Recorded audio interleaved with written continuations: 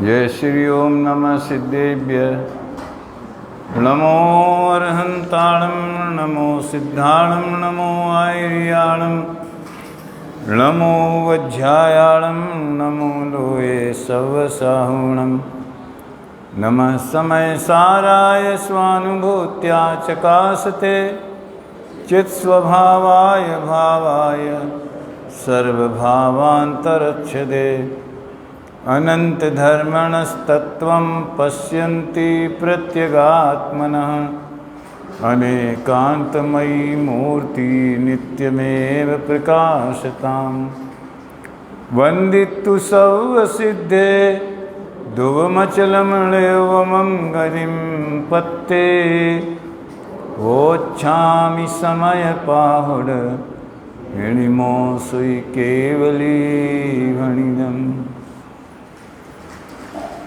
समयसार परमागम शास्त्र में बंध अधिकार की गाथा 276 और 277 पर पूज्य गुरुदेव श्री का जो रहस्योद्घाटन है उसका अपन ने रसपान किया। यथाशक्ति आपकी समझ में भी आया होगा। जो नित्य स्वाध्यायी हैं उन्हें तो कोई दिक्कत नहीं होगी, लेकिन जो 10 लाक्षणिक हैं तो उनको से लगता है क्या चलता है यार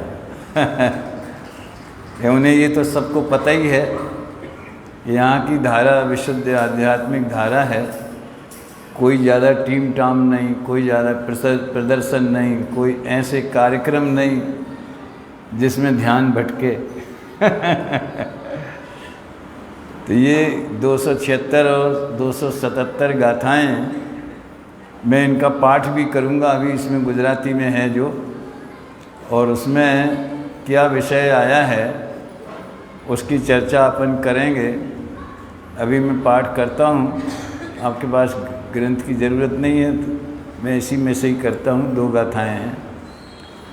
आचार्य आदि ज्ञान छे जीवादि दर्शन जानवूँ सट जीवनिकाय चरित छे कथन नय व्यवहारनु मुझे आत्मनिश्चय ज्ञान छे मुझे आत्मदर्शन चरित छे मुझे आत्म प्रत्याख्यान ने मुझे आत्म संवर योग छे। चर्चा सम्यक दर्शन ज्ञान चारित्र की चल रही है और वो कहाँ से होती हुई यहाँ तक आई है। ये तो कथा लंबी है, क्योंकि बंध अधिकार का शुरुआत ही एक बिल्कुल अलग शैली से हुआ है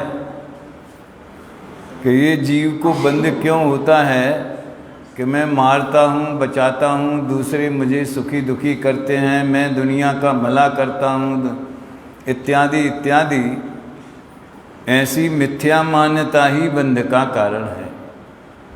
वहाँ से बात शुरू हुई और यहाँ तक आई भी। आप कहते हो जिसको मिथ्यात नहीं रहेगा तो सम्यक दर्शन ज्ञान चारित्र होंगे, तो ये कैसे हैं सम्यक दर्शन चारित्र, क्या है इनका स्वरूप? तो कल भी मैंने कहा था कि मोक्ष मार्ग एक नहीं है। मोक्ष मार्ग तो एक है, पर उसका कथन 2 प्रकार से है। एक बार तो पंडित साहब ने इसके पूरे अंगों में ये फार्मूला लगाया कि सम्यक दर्शन 2 नहीं है, सम्यक दर्शन का निरूपण 2 है। अब सम्यक दर्शन के 8 अंग, तो निशांकित अंग 2 नहीं है, उसका निरूपण 2 प्रकार का है। निकांक्षित अंग 2 नहीं है, उनका निरूपण 2 प्रकार का है। मैंने कहा गजब शैली है भाई, अपन तो इतना सोच ही नहीं पाते हैं हर एक में लगता है ये। तो यहाँ पर जिसे सम्यक दर्शन का व्यवहार समझना जरा। सम्यक दर्शन तो वीतराग भाव, श्रद्धा गुण की प्रतीति भाव। कल या परसों मैंने परिभाषा बताई थी ज्ञान प्रधान दृष्टि से। क्या थी परिभाषा, चेतन मालूम है? ऐसा ही है अन्यथा नहीं, ऐसा प्रतीति भाव सो सम्यक दर्शन है। श्रद्धान, ये मेरा यही घर है, इसके अलावा दूसरे कोई घर मेरे नहीं हैं, ऐसी प्रतीति निरंतर बनी रहती है, उसका नाम सम्यक दर्शन है। व्यवहार की बात है, उदाहरण की बात है ये। तो ऐसे मैं चैतन्य ही हूँ, मैं शरीर आदि रूप नहीं हूँ, ऐसा प्रतीति भाव, उसका नाम श्रद्धान जानना। तो ये सम्यक दर्शन की परिभाषा के बारे में कहा गया। तो ये तो असली है, पर द्रव्यन्ते भिन्न आप में रुचि। सम्यक तो भला है, पर दुनिया में एक नियम है कि जो भी मूल चीज़ होती है उसके साथ में उसका कवर या उसकी पैकिंग जरूर होती है। वो आपने अगर क्रिया परिणाम अभिप्राय पुस्तक पढ़ी होगी तो उसमें पैकिंग के उदाहरण से बहुत समझाया गया है। कुदरत में जितने भी प्रोडक्शन होते हैं सब विथ पैकिंग होते हैं। गेहूँ होता तो भूसे के साथ में होता है, पेड़ पौधे पे फल लगते हैं तो उसकी छिलके के साथ में होते हैं। आप कुदरत की कोई चीज़ बता दो जो बिना पैकिंग की होती हो। प्रकृति, आदमी जो माल बनाता है वो माल कहीं बनता है, पैकिंग कहीं बनती है, फिर पैकिंग में माल डाला जाता है, फिर उसको और बड़ी पैकिंग में डाला जाता है, फिर उसके द्रव्य कर्म नो कर्म सब बढ़ते जाते हैं सब हैं। आत्मा अनादि काल से पैकिंग सहित है। वो नारियल का उदाहरण देते हैं ना गुरुदेव, नारियल का उदाहरण, 3 तरह की पैकिंग है। उसके छिलके हैं वो जटा, फिर वो क्या बोलते हैं उसको, नरेटी, और अंदर गोला, और गोले के ऊपर लाल छाल। वो 3 पैकिंग के भीतर जो सफ़ेद धवलाक्षत मेरे मन भाया, वो गोले को हमारे विद्यार्थी लोग बोलते थे गोला जिसको चढ़ाना हो। गोला खाए को बोलते यार, श्रीफल बोलो ना, श्रीफल जो अनादि अनंत है, जिसका आदि नहीं है, जिसका अंत नहीं है, और द्रव्य कर्म भाव कर्म नो कर्म रहित है। तो आत्मा तो द्रव्य कर्म भाव कर्म नो कर्म सहित है संसार अवस्था में, और जिसके ये द्रव्य कर्म भाव कर्म नो कर्म हट गए हैं वो कौन हो जाते हैं? वो सिद्ध भगवान हो जाते हैं। वो बिना पैकिंग के हैं, वहाँ कोई पैकिंग नहीं है, यही है पैकिंग। लेकिन पैकिंग और माल एक ही रहते हैं कि जुदे जुदे रहते हैं? माल और पैकिंग एक ही हो जाएं तो फिर जो अंदर केला है वो ही छिलका बन जाएगा, तो क्या खाया जाएगा? पैकिंग के भीतर होने पर भी माल जुदा रहता है। माल माने वो मूल वस्तु। अपन लोग तो व्यापारी लोग हैं, माल और पैकिंग तो अच्छी तरह समझते हैं। तो ये सम्यक दर्शन की पैकिंग, उसको ही सम्यक दर्शन कह दिया। देखो डब्बे में घी रखा हो तो ये भी कहते कि वो घी का डब्बा ले आओ, और कभी ये भी कहेंगे कि वो घी ले आना जरा। जिसको पता है कि घी इस डब्बे में रखा है तो उसको कह देंगे ज़रा घी उठा लाना, तो रोज़ाना की बात है तो वो वही डब्बा ले आएगा। यानी डब्बे में घी है ऐसा भी बोलते हैं, और जिसमें घी रखा है उस डब्बे को भी घी बोलते। समझ में आया ना? बाज़ार से अपन कोई चीज़ लावें तो मान लो आजकल वो प्लास्टिक की थैलियों में दे देते हैं।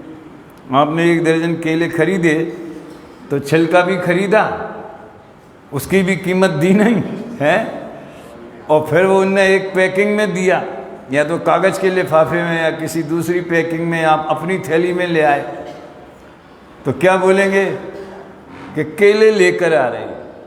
तो आपने छिलकों को भी केला बोल दिया, और जिस थैली में केला रखा है उसको भी केला बोल दिया। ये प्रयोग है।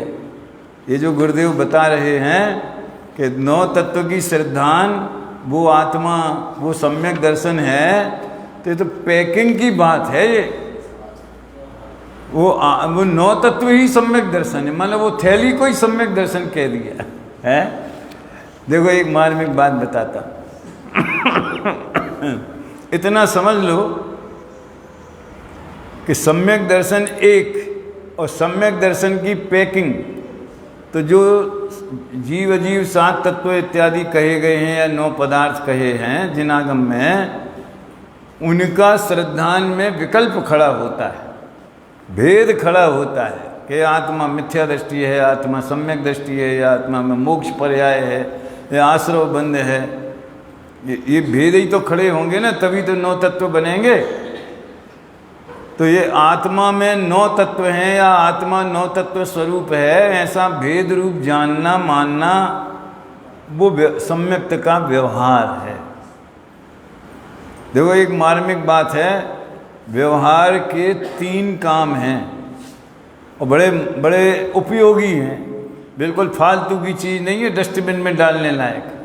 व्यवहार न के कथन जो हैं वो सर्वथा निषेध नहीं है। मुझे तो आज ये बताना था, प्रदीप जी ने थोड़ा दूसरा सब्जेक्ट दे दिया, वो भी मार्मिक है।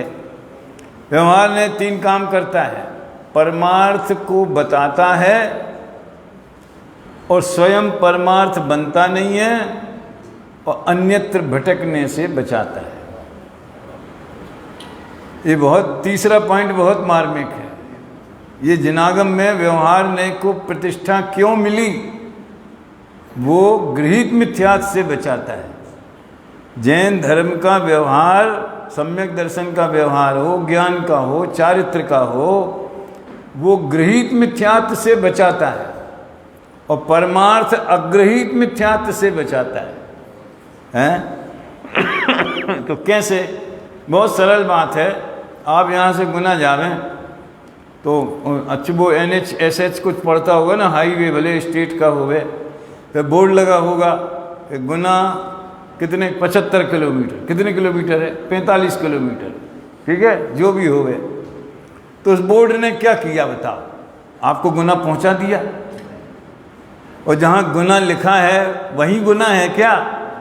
जहाँ मुंबई लिखा है वहीं मुंबई है क्या? तो बोर्ड गुना वाला, कोई दिशा बताने वाला बोर्ड जो है, पहला स्वरूप तो ये है कि वो खुद ही गुना नहीं है। गुना कहो, भोपाल कहो, जो कहो, समझ में आया? फिर दूसरा उसने क्या काम किया कि जहाँ हमें जाना है उसकी दिशा और उसकी दूरी, 2 चीज़ें बताई कि इस तरफ जाइए, जिनको भोपाल जाना हो वो इधर मुड़े और इतने किलोमीटर आपको चलना पड़ेगा। तो ये है व्यवहार ने स्वयं परमार्थ नहीं है, लेकिन परमार्थ को बताया। और जिसने परमार्थ को बताया तो जो बिल्कुल व्यवहार से भी विरुद्ध चीज़ें हैं, यानी ये रास्ता तो आपके गंतव्य का है, भोपाल का है, गुना का है, तो बाकी के 3 जगह भटकने से बच गए कि नहीं बचे?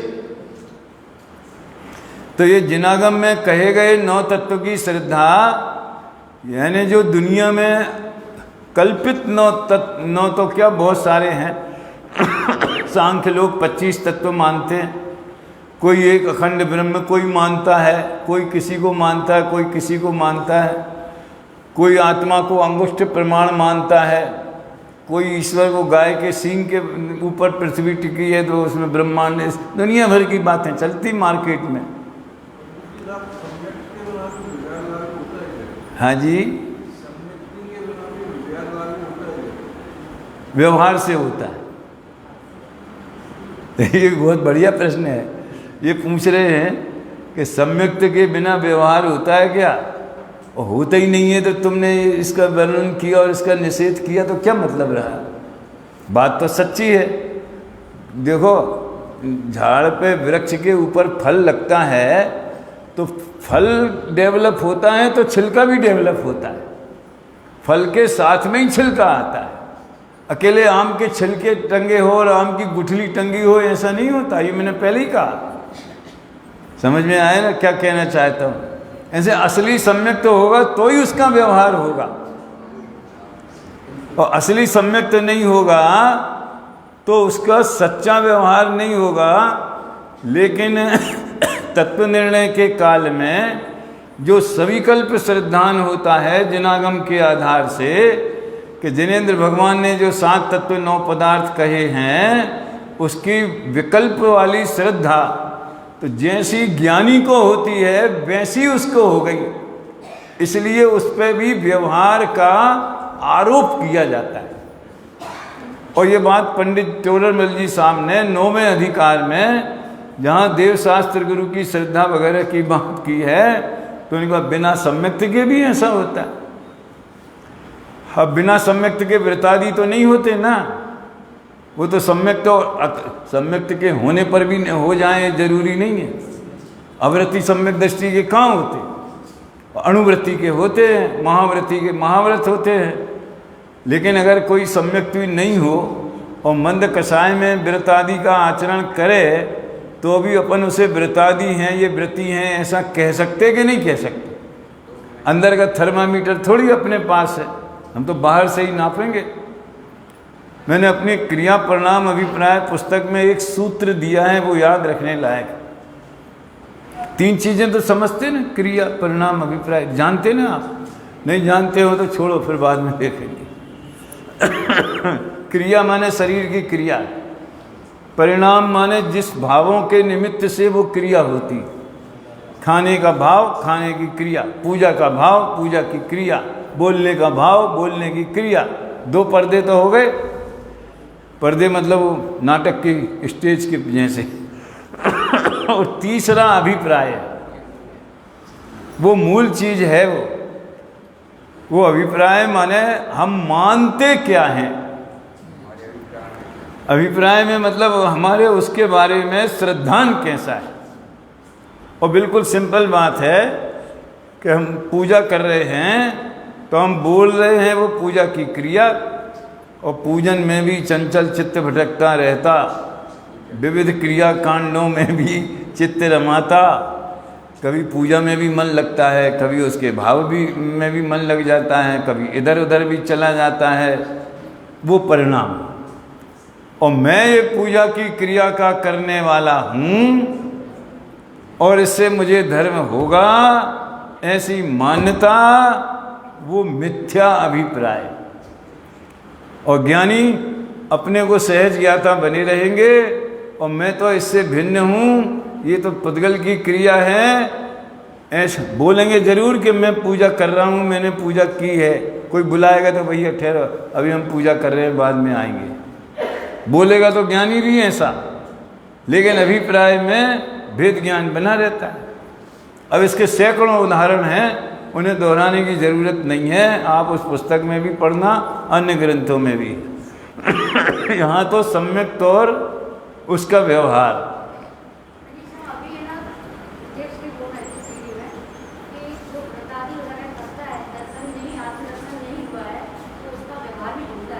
यही तो झूठा है, माने कि जो निश्चय सहित व्यवहार हो वो सच्चा व्यवहार है।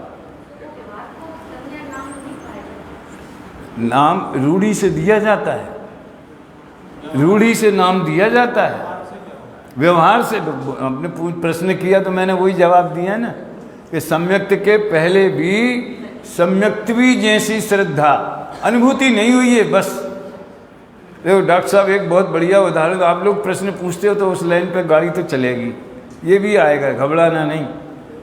क्या बात चलती है कि जैसे डॉक्टर साहब बहुत बढ़िया उदाहरण देते हैं, मार्कशीट है किसी की, अब मार्कशीट की फ़ोटोकॉपी करा ली। आजकल तो मोदी जी ने बड़ी सुविधा कर दी, जब से वो आए सन 14 से। क्या सुविधा सबसे पहले उन्होंने करी कि पहले तो किसी गजेटेड ऑफिसर से ओरिजिनल दिखा के उसको प्रमाणित करना पड़ता था कि ये फ़ोटोकॉपी सही है। अभी तो कोई ऊंची बात हो गई, आपको नौकरी में देना हो, कुछ देना हो, तो गजेटेड ऑफिसर की ज़रूरत पड़ती है। नहीं तो बैंक वगैरह में या कहीं भी दो तो कोई फॉर्म दो तो अपने हाथ से ही साइन कर दो। उनने कहा जनता को इतना बेईमान क्यों समझते आप लोग। अब जो भी हो गए, चाहे आप साइन करो चाहे कोई गजेटेड ऑफिसर साइन करे। हम नासिक देवलाली में गए तो एक पान वाले को पावर था, ये पता नहीं वो कैसे उसको पावर मिल गया, उसके पास सील सक्का था, अपनी ओरिजिनल दिखाओ, फोटो कॉपी दिखाओ, वो सील लगा। गजब यार। अगर वो सील नहीं लगी है तो वो फोटो कॉपी सच्ची है कि झूठी है? बराबर बात है ना, लेकिन मान्य नहीं होगी। आपने भी अगर खुद के साइन नहीं किए हैं, ये इसकी देते हैं ना, पैन कार्ड वगैरह की फ़ोटो कापी देते हैं, पासपोर्ट की देते हैं, सेल्फ सर्टिफाई, तो करोगे तो खुद तो करोगे। यानी अगर साइन किसी के नहीं है तो वो सच्ची होते हुए भी मान्य नहीं। इसी तरह अनुभूति की सील जब तक नहीं लगे, भेद विज्ञान की, स्वानुभूति की ये सील जब तक नहीं लगे तब तक वो सही होने पर भी मोक्ष मार्ग में मान्य नहीं। हम जब छिंदवाड़ा में थे तो पता नहीं नाम तो ख्याल नहीं, एक बहन बहुत पूछती थी कि जो सम्यक दर्शन के पहले जो अपना यही बात चलती ना, शास्त्र ज्ञान, गुरुदेव कहते ये खोटा है। अब अपन जो शास्त्र ज्ञान हमें है तो वो खोटा है, तो हम आए काहे के लिए? आपने बुलाया काहे के लिए?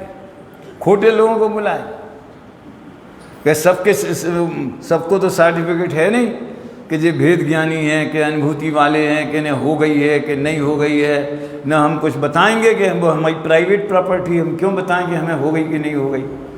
उसका हम प्रचार क्यों करें? तुम कहो हो गई तो हम कहेंगे हो गई, तुम कहो नहीं भाई तो हम कहेंगे नहीं भाई। समझ में आ रहा है ना? तो ये शास्त्र ज्ञान सच्चा है कि खोटा है? चौथे अध्याय में टोडरमल जी ने भी ये प्रश्न उठाया कि उन्हें तो दूसरे प्रसंग में कि सम्यक दृष्टि रस्सी को सर्प जाने तो भी सच्चा, और अज्ञानी सोने को सोना जाने, पीतल को पीतल जाने, रस्सी को रस्सी जाने, सांप को सांप जाने तो भी झूठा। तो शिष्य ने पूछा, वहाँ ये है पेज नंबर 235 शायद, सम्यक ज्ञान का अन्यथा स्वरूप जहाँ चालू हुआ है। उन्होंने कहा साहब गलत तो नहीं जान रहा है, हमने जिनवाणी में से पढ़ लिया, 6 द्रव्य पढ़ लिए, 7 तत्व पढ़ लिए, निश्चय व्यवहार पढ़ लिए, सच्चा बिल्कुल नए विवक्षा पूर्वक पढ़ लिए, तो भी तुम झूठा कह रहे। तो देखो भैया, वो आगम के अनुसार है इसलिए वो सत्य है, वो हमारी बात नहीं है, वो जिनवाणी की है। हम आपको जो पढ़ के बता रहे हैं या अपने चिंतन से भी भले बता रहे हैं, जैसे व्यवहार के 3 काम बताए, तो ये आगम के अनुसार हैं तो ये बात सच्ची है। लेकिन अकेले आगम ज्ञान को सम्यक ज्ञान नहीं कहते हैं, क्योंकि वहाँ आत्मा नहीं है, उसमें शास्त्र बैठा है, वो पराश्रित है, वो शास्त्र ज्ञान है, वो इंद्रिय ज्ञान है। समझ में आया ना? वो अनुभूति की सील उस पर नहीं लगी है, इसलिए मोक्ष मार्ग में एंट्री नहीं होने से वो शास्त्र ज्ञान भी मिथ्या ज्ञान है।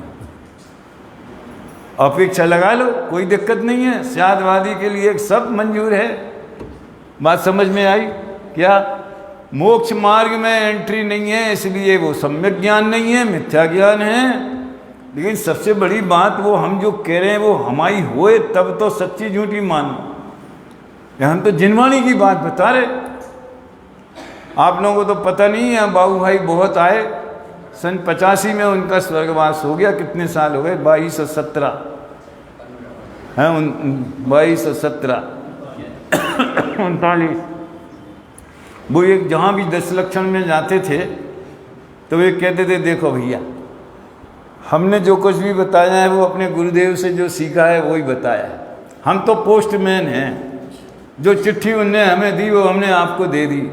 उस फैक्ट्री का माल हम आपको सैंपल बताए हैं, आपको पसंद आए तो हमारी फैक्ट्री पे आना, ऐसा बोलते थे। तो वो तो सोनगढ़ की बात करते थे, उस समय गुरुदेव विद्यमान थे। लेकिन अपन लोग भी जो बात करते हैं वो जिनवाणी की है कि नहीं है। आप कहोगे आपको हम कैसे माने कि आप जो अर्थ कर रहे हो वही सही है? अगर वो भेद विज्ञान और वितरागता का पोषक है, इतना तो निर्णय अपन कर सकते। जो भी हम कहें कर्म अभी इसमें आएगा, अगली फिर कल के प्रवचन में आने वाला है कि स्फटिक मणि स्वयं राग रूप परिणमित नहीं होता, ये बात कल आने वाली। अपनी तो 9 तत्वों की बात चलती है कि ये 9 तत्वों की श्रद्धा, उसमें देवशास्त्र गुरु की श्रद्धा भी शामिल है। अब ये भी एक लंबी बात है कि देवशास्त्र गुरु की श्रद्धा का क्या मतलब है। अरहंत की श्रद्धा किसे कहते हैं कि भगवान भला करेंगे, अरहंत देव भला करेंगे, क्या उनकी भक्ति से हम तर जाएंगे, इसका नाम श्रद्धा है। लोग कहते हैं आप इनको मानते कि नहीं मानते, फलाने देवता को मानते कि नहीं मानते। तो लोक में मानने का अर्थ केवल इतना है कि वो तुम्हारा कल्याण करेगा, ऐसा मानते कि नहीं मानते। ऐसे किसी ने पद्मावली क्षेत्रपाल को मानते कि नहीं, हम तो मानते हैं। अरे गजब हो गया, तुम उनको भी मानते तो क्यों नहीं माने। पंडित साहब की पार्श्वनाथ भगवान वाली पूजा कराना एक दिन, उसमें उनका क्या स्टेटस है, क्या रोल है, वो बहुत अच्छी तरह से उसकी जयमाला में बताया कि ये भगवान के भक्त हैं, ये दूसरों से भक्ति की अपेक्षा नहीं रखते, ये भवनवासी देव हैं। भवनवासी ना हैं, हाँ, व्यंतर तो नहीं होंगे खैर। तो और ये किसी का भला भला नहीं कर सकते, ऐसा मानते हैं। तो जैसा है वैसा मानना ना, इसमें इसी को तुम जो वस्तु स्वरूप है वही मानना होगा। तो अरहंत आदि की श्रद्धा किसे कहते हैं? उन्होंने जो मोक्ष मार्ग बताया है वह सच्चा मोक्ष मार्ग है, वही वचन यथार्थ हैं, क्योंकि वे सर्वज्ञ हैं, वो वीतरागी हैं, इसलिए वे हितोपदेशी। जो वीतरागी और सर्वज्ञ होता है वही हितोपदेशी हो सकता है। और भी बातें बहुत हैं, तो इसका तो इसमें शंका नहीं करना। हम और आप जो स्वाध्याय कर रहे हैं वो जिनवाणी की छाया में कर रहे हैं, जिनवाणी के वरद हस्त के नीचे कर रहे हैं। और इतना फार्मूला हमारे पास है कि ये जिनवाणी की मूल धारा के प्रतिकूल तो नहीं है, चाहे उसमें राग को पुद्गल का कहें चाहे जीव का कहें, चाहे कर्म उदय से राग हुआ है ऐसा बोले।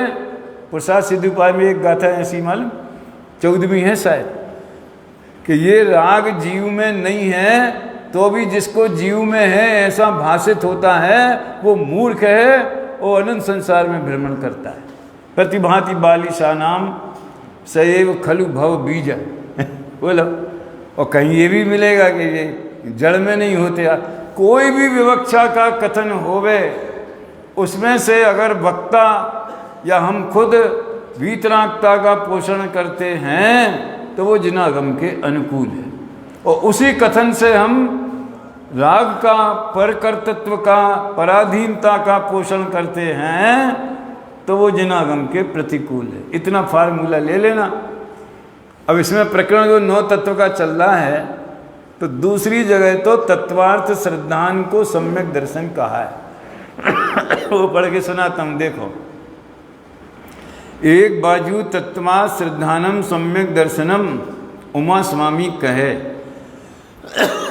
पता नहीं यहीं बैठ के वो बीमारी ज़्यादा लगती है, शायद इसका भी कुछ वो होता होगा, निमित्त नैमित्तिक संबंध है, हैं? बीच में तो नहीं हो गया था, खैर हाँ, बोलते हो खुशकी उसकी हो जाती होगी। गुरुदेव कहते हैं, टोडरमल जी ने ये तत्वा श्रद्धानम सम्यक दर्शन को निश्चय सम्यक्त की परिभाषा बताया। और वहाँ पे तत्वा श्रद्धान का मतलब इसमें गुरुदेव ने अर्थ किया है कि मैं चैतन्य स्वरूप आत्मा हूँ और 9 तत्वों के भेद से रहित हूँ, ऐसे श्रद्धान का नाम तत्वा श्रद्धान है। वो निश्चय सम्यक्त है। एक फार्मूला ये समझ लो कि भेद रूप, विकल्प रूप जो 9 तत्व की श्रद्धा है, हाँ, हमें पक्का भरोसा है कि मोक्ष ऐसा होता है, ऊपर नहीं है, वो हमारे परिणामों में होता है। आश्रव बंध संबर निद्रा मोक्ष ये सब जीव की अवस्थाएं हैं, जीव के परिणाम हैं। समझ में आया ना? कोई ऊपर नहीं है मोक्ष, तो जो सही स्वरूप हम विकल्पों में समझते हैं तो भी सम्यक दर्शन निश्चय है कि नहीं, इसकी कोई गारंटी नहीं। इसलिए उसे सम्यक दर्शन मानने में अनेकांतिक दोष आता है। व्यभिचार शब्द का प्रयोग है। व्यभिचार न्याय में व्यभिचार नाम का एक बड़ा दोष होता है, हेतु में व्यभिचार का दोष होता है। और आत्मा में सम्यक दर्शन में आत्मा की अनुभूति है, आत्मा की एकत्व बुद्धि है, तो गारंटी से वो निश्चय सम्यक है। फिर चाहे 9 तत्व की विकल्प रूप श्रद्धा हो या न, क्योंकि जो सिद्धांत बनता है वो चारों गतियों के हिसाब से बनता है। हाँ, अपने जो देवसाज गुरु की बात है और 7 तत्व की श्रद्धा की और तत्व अभ्यास करना चाहिए, ये वो कि मनुष्य गति की मुख्यता वाला उपदेश। करणान योग में कोई गति मनुष्य गति व्यक्ति की बात नहीं है, वो अटल सिद्धांत है, वो दर्शन मोह का उपशम है। तो उपशम सम्यक है, चाहे नारकी हो, चाहे तिरंच हो, चाहे देव हो। संगी पंचेंद्री कोई होगा, दूसरों को नहीं। करणान योग बहुत व्यापक है, चरणान योग चेंज होता रहता है। और समझ लो आज से 100 साल पहले के उसमें मोबाइल का त्याग करना चाहिए, ये तो कहीं नहीं लिखा। बिजली नहीं जलाना चाहिए, ये तो कहीं नहीं लिखा। लेकिन हिंसा नहीं करना चाहिए, ये लिखा है। अनावश्यक हिंसा नहीं करना चाहिए, ये लिखा है। अब जैसे जैसे हिंसा के नए नए उपकरण हो, विषय कषायों के नए नए उपकरण तैयार हो गए, वह समझ लेना सब। मैंने वहाँ बताया था साथ देवलाली में, अहमदाबाद में एक श्वेतांबर समाज ने एक प्रयोग किया है, ई तपस्या। वाह, ई तपस्या सुनी आपने? मतलब बच्चों को कहा कि तुम मोबाइल का सेवन नहीं करना 8 दिन 10 दिन, इंटरनेट नहीं देखना। और 50 दिन की वो लगाई एक योजना कि जो प्रति 12 घंटे तक मोबाइल से वंचित रहेगा उसको 1 पॉइंट मिलेगा रोजाना, ऐसे कुछ था वो। और ये सही घटना है कि हमारी छोटी बेटी गिप्ती, जब उसकी शादी हुई और वो लोग तो वहीं ठहरे थे, बारात लेके आए थे, तो वहीं देवलाली में ही दूसरी जगह ठहरे थे, तो विदा होके वहीं जाना थी। तो आजकल की लड़कियां तो बिल्कुल समझ लो ऐसे प्रदर्शन नहीं करती कि नकली रो रहे हैं कि ये कर रहे हैं वो रहे हैं। तो वो बोली कि पापा आप कुछ संदेश दे दो, हमें कुछ कह दो हमारे लिए। तो हमने बोला तुम मोबाइल प्रमाण व्रत लेके जाओ। समझ में आया ना? मोबाइल प्रमाण व्रत लेके जाओ, क्योंकि उसी में चिपके रहोगे तो घर की शांति बिगड़ेगी। ये तो सब अनुभव की बातें हैं, इसमें ज़्यादा कुछ कहने की बात नहीं है। तो चरणान योग क्षेत्र और काल के हिसाब से उसकी वो सिस्टम चेंज होगा, फार्मूला वही रहेगा। अणुव्रत जो लेगा वो अणुव्रति के त्रस हिंसा को त्याग वृथा था वरन सहारे। करणान योग नहीं बदलेगा, वर्तमान योग बदल जाएगा, द्रव्यान योग नहीं बदलेगा। वो शाश्वत है। वो भगवान 9 तत्व 3 काल 3 लोक 3 काल में जो 9 तत्व भगवान ने कहे हैं वो वैसे ही होते। तो 9 तत्व की श्रद्धा होए अगर किसी जीव को, लेकिन सम्यक दर्शन की गारंटी नहीं। तो गुरुदेव ने एक प्रसंग याद किया, देखो आज तो उसको भी याद किया, द्वेष अरोचक भाव आनंद घन जी का है जो અહીં કહે છે કે 9 તત્વની શ્રદ્ધા મિથ્યાત્મા છે। એ જે તત્વા શ્રદ્ધાન સમ્યક દર્શન કહ્યું છે ત્યાં તો અંદર જીવનો આશ્રય થઈ જીવનું ભાન અનુભવ થયા તો તેમાં બીજા તત્વ નથી। असल में तो एक 9 तत्व में चैतन्य ज्योति छुपी है। 7वां कलश याद होगा आप लोगों को, तुम्हें याद है 7वां कलश क्या है? वो 9 तत्व गतत्वेपि यदेकत्वं न मुंचति। समझ में आया ना? दूसरी लाइन नहीं याद रही मुझे। 9 तत्व गतत्वेपि यदेकत्वं न मुंचति, यानी 9 तत्व में परिणमता है तो भी अपने एकत्व स्वभाव को नहीं छोड़ता, तो उस एक को देखो तो 9 का भेद नहीं दिखेगा। बहुत से उदाहरण हैं, लेकिन समय जाता है। जैसे कोई बच्ची की शादी हुई, अब उसके पति को वो ज्ञान की दृष्टि से देखेगी तो कई विशेषताएं, कहाँ नौकरी करते हैं, कितनी तनख्वाहें मिलती है, कितने बजे जाते हैं, कितने बजे आते हैं, कहाँ तक पढ़े हैं, दुनिया भर की बात है। ज्ञान में सब रहेगा, लेकिन रुचि में भेद नहीं होगा। पढ़ा हो चाहे नहीं पढ़ा हो, कितना कमाता हो, घर में कोई उसकी मानता हो कि सबसे छोटा है तो सब उस पर ही हुक्म चलाएंगे, नौकर भी उसकी नहीं सुनेंगे। समझ में आया ना? तो उसकी दृष्टि उसके पति की दृष्टि से ही देखेगी। उस फीलिंग में भेद खड़ा हुआ तो मिथ्यात्व हो गया। ऐसे हम अपने स्वरूप को चैतन्य की दृष्टि से देखें तो वो यथार्थ मोक्ष मार्ग होएगा। फिर उसमें ये संसारी है कि ये सिद्ध है कि ये बहिरात्मा है, क्या अरे छोड़ो एक तरफ, ये सब पहली क्लास की बात है, झूठी नहीं है। लेकिन क्लास भी तो ऊंची होती कि नहीं होती?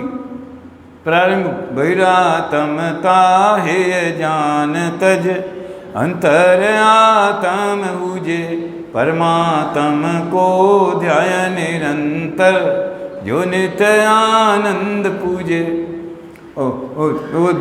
उत्तम मध्यम जगन सब बहिरात्मा, परमात्मा प्रकाश की शुरुआत बहिरात्मा अंतरात्मा परमात्मा के भेदों से की। हमारे यहाँ चालू हुआ ना परमात्मा प्रकाश, 68 गाथ दोहे तक हो गई। समय सार की शुरुआत परमत्य नहीं अपरमत्य नहीं है, एक ज्ञायक भाव है, यहाँ से करी। और उसमें भी आत्मा का वर्णन करने की प्रतिज्ञा करी है। शिष्य ने पूछा है कि वो आत्मा कौन है, इत्यादि इत्यादि, तो बहिरात्मा अंतरात्मा बताया। तो ये 9 तत्व में एक समझ लो अपने में भेद करके अनुभव करना, तो ये मिथ्यात है। देखो और देखो, जीवनु भान अनुभव थया तो तेमा बीजा तत्व नथी, एनु ज्ञान साथे आवी गयूं, तो तत्वा श्रद्धान सम्यक दर्शनम कहवामा आवी। क्या मतलब है इसका? जैसे ये हमारा घर है तो बाकी के घर मेरे नहीं है, ये बात उसमें आ गई। ऐसे में शुद्ध चैतन्य मात्र हूँ, तो बाकी के जो भेद हैं, अरे बंध और मोक्ष का भेद भी व्यवहार है भैया, गजब बात है। और वो अन्य मत में जो बंध और मोक्ष की कल्पना है उसकी बात नहीं है। अपने यहाँ जो 8 कर्मों का द्रव्य बंध है, राग आदि भावों का भाव बंध है, और राग आदि का अभाव हो जाना, वीतराग दशा हो जाना, वो भाव मोक्ष है, और द्रव्य कर्म का भी अभाव हो जाना, वो द्रव्य मोक्ष है, ऐसा यथार्थ। लेकिन एक शुद्ध चैतन्य में काय का बंध और काय का मोक्ष। देखो ये बिजली का प्रकाश है, इस तो हमने दीवारें खड़ी कर दी तो ये यहीं तक लिमिट हो गया, लेकिन इसको किसी से बांध सकते हैं, और बंध नहीं है तो मोक्ष का कहाँ सवाल खड़ा होता है। समझ में आया ना? तो इस तरह से बंध मोक्ष का भेद भी श्रीमद् राजचंद्र जी के अपूर्व अवसर में है। हम तो प्राय उसको सुनते हैं, भव मोक्षे प्रत्यय वर्ते समभाव जोश। बड़ी प्यारी पंक्ति है। और एक ज्ञानी की दृष्टि में अब तो भैया हम तो चैतन्य हैं, संसार में रहें तो और सिद्ध हो जाएं तो, अरे गजब हो गया।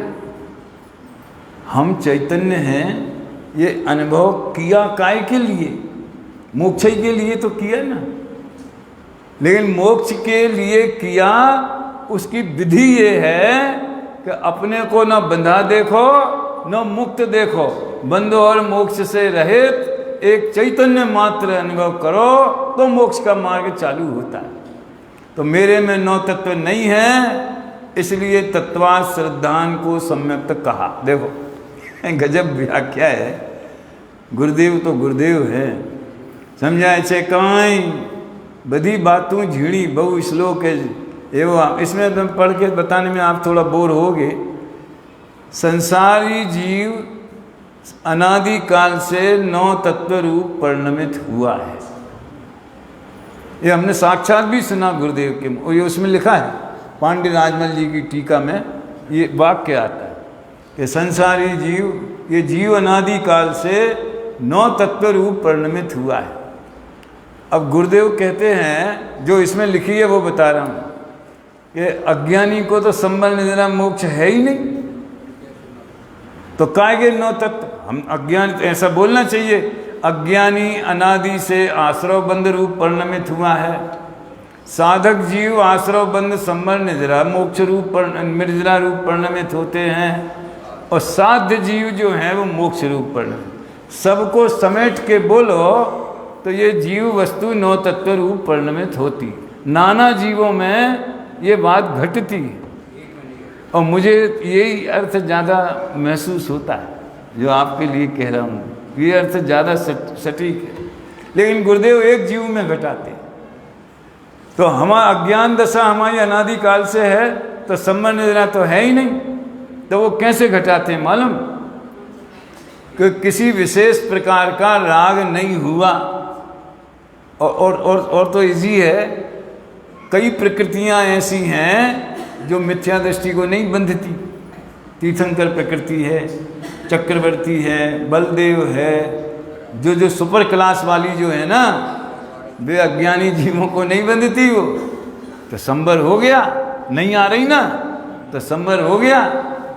और अनादि काल से जो आप जानते हैं, समय प्रबद्ध कर्म वो खिरते हैं और समय प्रबद्ध आते हैं। और समय प्रबद्ध में 100 करोड़ होते कि 500 करोड़ होते कि मुझे पता नहीं है, लेकिन ये समय प्रबद्ध एक संख्या आती है करणानि योग में, कि उतने कर्म आते हैं और उतने ही जाते हैं। तो जो जा रहे हैं ना, निर्जरा होती कि नहीं? अच्छा, सभी पाक निर्जरा तो सब जीवों को होती है ना, तो वो निर्जरा हो गई।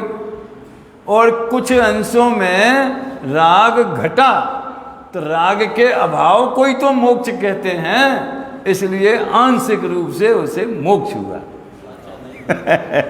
है। हाँ, उपचार से ये भी बोला इसमें, व्यवहार से उसको संबल निद्रा मोक्ष कहा है। वो बार बार कहते हैं सच्ची संबल निद्रा मत समझना, ये भी कहा सच्ची संबल निद्रा। देखो वास्तव में एक बहुत बढ़िया होमवर्क है, वो लागू होता नहीं है लेकिन करने लायक। जिसको भी समझ लो ये गुरुदेव का रस, वाणी का रस पीना होवे, उसे अगर समय मिले तो एक बार पहले वो प्रवचन पढ़ ले। भले ये टीका वाला है, ये वर्ड टू वर्ड है। शुरू में जब वर्ड टू वर्ड समझते, शब्द बाई शब्द, जब वाक्य अधूरे हो तो अधूरे, फिर वो कोष्टक में लिख करके उसको पूरा करते। तो भाई साहब शुरू में जब ये निकले तो उन्हें नोट लगाना चाहिए था कि ये सीडी सुनते समय आप इस ग्रंथ को साथ में रखें। तो अनंत भाई ने बहुत प्रयत्न किया कि सीडी जब जगह सब जगह पहुंचाई, कंप्यूटर दिए, तो भी सुनने वालों की संख्या नहीं बढ़ी। कि साहब गुजराती समझ में नहीं आती, कि आवाज़ समझ में नहीं आती, कहीं ऐसा होता है तो वैसा होता है, तो उनने सीडी के साथ में इसका भी विधान रखा। अब वो तो ऐसे ही मिल गई, तो ये ऐसा साहित्य होता है, ऐसे लिखा जाता है, ये लेख है, ये बिल्कुल साहित्य की कसौटी पे बिल्कुल फेल है ये। लेकिन जब एक बार हम कलकत्ते गए और वहाँ पे सीडी लगाई और ये ग्रंथ, अरे यार ये तो वरदान हो गया। हमने फिर बाद में इसको योजना को नाम दिया, पढ़िए सुनिए योजना। आप पढ़िए भी और सुनिए भी और विचारिए भी। खैर, तो असली इसका मज़ा लेना हो तो आप पेन कापी लेके बैठो और पॉइंट नोट करो, या खुद का ग्रंथ होवे तो थोड़ा थोड़ा उसमें जो महत्वपूर्ण बातें हैं वो टिक मार्क करो, तो आप उतने में ही आपको उसका थोड़ा भाव और नज़दीकी से ख्याल में आएगा। तो ये पूरा प्रकरण इसी बात को लेके इसमें हुआ है। समय हो गया ना? हो गया कि नहीं भाई? 45 मिनट। और कोई प्रश्न हो तो आप करें, नहीं तो मैं एक पॉइंट जो मुझे बताना था उसकी शुरुआत कर देता हूँ कि व्यवहार है।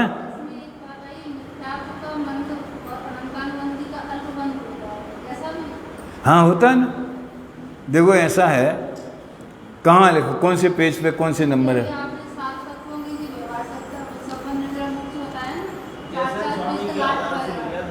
जयसेन स्वामी की याद है 404 में, हाँ पेज नंबर। हाँ, मिथ्या दृष्टि ने पण मंद मिथ्या तने अनंतान मंदी मंद थाय से साम लो शू कहूँ। सुनो भाई, हर प्रकृति में अनुभाग शक्ति होती कि नहीं होती? तो कैसे पड़ती होगी?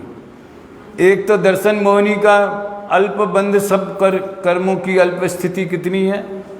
अंतर मुहूर्त की, न्यूनतम मंदतम। और दर्शन मोह की उत्कृष्टतम कितनी है? 70 कोड़ा कोड़ी। तो उत्कृष्ट स्थिति भी बंधती है, मध्यम भी बंधती है, जघन्य भी बंधती है। और ये तो स्थिति की बात हुई, लेकिन उसका पावर, जैसे नशे की चीज़ें होती ना, शराब की, तो कोई में तो बहुत कम नशा चढ़ता है, कोई में जरा से में तेज। अरे शराब की बात क्यों याद करें? हम लोग मिर्ची खरीदने जाते हैं ना, तो वो मराठी में बोलते हैं ये तीखी नहीं है, ये मोड़ी है। अपने यहाँ तो मोड़ी। तो ये बहुत कम तीखी है और ये ज़्यादा तीखी है। और लाल मिर्ची में वो कहते इसमें कलर अच्छा आएगा लेकिन तिखास नहीं आएगी, और दूसरी बताते हैं इसमें तिखास आएगी लेकिन कलर नहीं आएगा। तो हम लोग दोनों ले लेते हैं, दोनों को मिला लेते हैं। तो अनुभाग शक्ति कम ज़्यादा होती है। तो सुनो भैया, गृहीत मिथ्यात जिसको तीव्र है उसको मिथ्यात का तीव्र बंध होता है। दुनिया भर के मंत्र तंत्र में पड़े हैं, दैव देवता पूज रहे हैं, फलाना कर रहे हैं, ढिकाना कर रहे हैं, और अपने यहाँ भी ये स्तोत्र पढ़ेंगे तो ये फायदा हो जाएगा, इससे सिर दर्द दूर हो जाएगा, इससे पेट दर्द दूर हो जाएगा, इससे कई तो ऐसे बता देते कि इससे किसी को वश में करो तो वो वशीकरण हो जाएगा। गजब बात है। ऐसे भी इस मंत्र होते, अब वो धर्म के नाम पे चलते हैं। ये सब तीव्र मिथ्यात, ये तीव्र मिथ्यात का बंध है। धीरे धीरे जिसको, और तत्व सुनने से अरुचि, या आत्मा में क्या रखा है? ऐसे तो बहुत देख लिए पंडित, आत्मा बातें करते हैं और करना धरना कुछ नहीं। ये तीव्र मिथ्यात। द्वेष से अरोचक भाव, समझ में आया ना? गृहीत मिथ्यात है, तत्व के प्रति अश्रद्धान तो ठीक है, लेकिन द्वेष है। भावदीप का आप पढ़ना तो उसमें मिथ्या दृष्टि की 6 स्टेज बताई हैं कि सबसे तीव्र मिथ्यात में क्या होता है, उससे कम में क्या होता है, उससे कम में होता है। फिर एक स्टेज ऐसी है कि चलो सुने तो सही, जिज्ञासा भाव होता है, तो उसका थोड़ा अनंतान मंदी और मिथ्यात पावर डाउन हुआ उस परिणामों में है। परिणाम में डाउन होगा तो बंध में भी डाउन होगा, क्योंकि परिणाम सही है ना, लिंक पूरी। और सुन के कोई जीव तो ऐसे हैं कि उन्हें अच्छी तो लगती है, लेकिन अपनी जो मान्यता पहले की पड़ी है वो नहीं छूटती। तो अच्छी लगी इतना ही उसके मिथ्यात की मंदता है। तत्व की बात अच्छी लगी तो यही उसके मिथ्यात की मंदता है, लेकिन मिथ्यात तो है ना, अभी मंदई तो हुआ है, अभाव तो नहीं हुआ। तो जो उसका मिथ्यात भाव है, अपना पुरानी मान्यता नहीं छूटती है। एक घटना सुनाता हूँ कि दूध से अभिषेक की चलन कहीं कहीं है। हम जहाँ पहली बार गए थे तो वहाँ दूध से भी अभिषेक करते थे, जल से भी करते थे, दही वही से नहीं करते थे। बस दूध की परंपरा हमारे गांव में थी। 10 लक्षण में थोड़ा सा दूध ले आए गैया का, अच्छा तो दूध से भी अभिषेक। आज एक प्रश्न भी आया था, हैं? खैर, तो जब हमने तो लोगों को समझाया तो एक को बड़ा आग्रह था, तो उसमें एक मक्खी आके गिर गई गंधोदक में। अभिषेक किए हुए जल में दूध भी था, तो एक मक्खी आके गिर गई। हमने देखो, वो खड़े थे बगल, हमने देखो तो वो क्या बोले मालूम, अगर अब की बार गिरी, सही घटना है सन 71 की, अगर अब की बार गिरी तो मैं दूध से अभिषेक करना छोड़ दूँ, एक मक्खी और मारोगे। ये है, तुम्हारी बात सच्ची है, लेकिन परनाला वहीं से गिरेगा।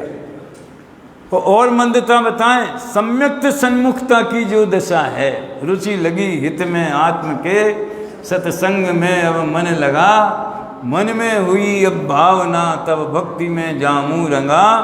यानी देखो, चाहे भक्ति पाठ करें, पूजा करें, कोई भी स्वाध्याय करें, हर एक में हमें अपना अध्यात्म रस का पोषण होना, वो सम्यक्त सन्मुखता की दशा है। टोडरमल जी ने 2 लक्षण बताए हैं, वो मुझे बहुत प्यारे लगते हैं। सम्यक्त सन्मुखता के 2 लक्षण। सन्मुखता माने अभी सम्यक्त हुआ नहीं है, लेकिन उस दिशा में उसकी परिणति जा रही है। सम्यक्त के आंगन में खड़ा है, ऐसा बोलते हैं, सम्यक्त के आंगन में खड़ा है। एक तो उसे इतनी आश्चर्य और अपूर्वता लगती है, अहो मुझे तो इन बातों की खबर ही नहीं थी। पढ़ा होगा आप सबने, मैं तो भ्रम से भूलकर प्राप्त पर्याय में ही तन्मय हो रहा था, और अब इस पर्याय की स्थिति थोड़े काल की है, कोरोना से बच गया। समझ में आया ना? तो मुझे मेरा हित जिस ये तत्व निर्णय करना, उत्साह पूर्वक वो तत्व, जैसे बच्चे IAS की तैयारी करते हैं, CA की तैयारी करते हैं, पूरी लगन से करते हैं, वैसे तत्व समझने के लिए तैयारी, वो उल्लसित वीर हो गया उसका। अब मुझे तो ये काम करना ही है। ये अति मंदता का सूचक है मिथ्यात्व की। समझ में आया? और दूसरा उन्होंने बताया, सुनो ध्यान से भैया, इसे अपना कार्य करने का हर्ष बहुत है। वो पढ़ के ही मुझे हर्ष हो जाता है। भारे का पवारा जैसा नहीं, अब क्या करें, अब 10 दिन में पूजा तो करनी पड़ेगी, विधान तो करनी पड़ेगा, दान तो देना ही पड़ेगा। ये पड़ेगा जिसको दिमाग में आया, तो गुजराती में पड़ेगा माने होता गिरेगा। समझ में आया ना? तो जिसको पड़ेगा लगा, वो पड़ेगा ही होगा। वो ये करना पड़ता है। माँ को अपने बच्चे से प्यार करना पड़ता है, अपने बच्चे को दूध पिलाना पड़ता है, उसकी गंदगी साफ करनी पड़ती है कि उसके वात्सल्य में सहज होती है। ऐसे हमें वीतरागी देव प्रिय हैं, प्रिय के प्रिय भी प्रिय होते हैं। वीतरागी देव प्रिय हैं तो उनके तत्व का अभ्यास प्रिय है, वो तो हमारे लिए शौक की चीज़ है, उसमें आनंद आना चाहिए। समझ में आया ना? अपना कार्य करने का हर्ष बहुत। जैसे बच्चे क्रिकेट खेलते हैं, क्रिकेट के शौकीन हैं, परीक्षा हो गई, अब से दे 2 घंटा 4 घंटा लगे, अब पसीना भी बह रहा है, गिर भी गए हैं, घुटने भी छिल गए हैं। समझ में आया ना? तो भी क्रिकेट खेलने का हर्ष बहुत है। ऐसा समय व्यापारी हैं, छोटी सी वो थड़ लगा करके बैठे हैं, और भीड़ लगी है, और मेहनत कर रहे हैं, भोजन का समय हो गया तो भी नहीं जा पा रहे हैं घर पे, या टिफिन है तो भी खोल के खाने की फुर्सत नहीं, कष्ट सह रहे हैं बाहर से देखो तो। लेकिन व्यापार में जो लाभ हो रहा है उसका हर्ष बहुत। ये हर्ष के देखना, सब किसान इतनी मेहनत करते हैं, हल चलाते हैं, ये सब करते हैं, लेकिन जब फसल होती है तो हर्ष बहुत है, ऐसा समझना। ये मिथ्यात्व की अति मंदता के प्रतीक। और भी ज़्यादा प्रतीक तो समझ लो, प्रायोग लब्धि में भाव भाषण होता रहता है, वो है। वे कर्ण लब्धि में तो मरणासन्न हो गया, अब तो वो ICU में चला गया। कौन? मिथ्यात्व। और जो समझ लो दर्शन मोह का उपशम हुआ तो डोर टूटी और उसका क्षय उपशम हो गया। तो ये चर्चा हुई, और भी बातें जो है वो बाद में अपन करेंगे।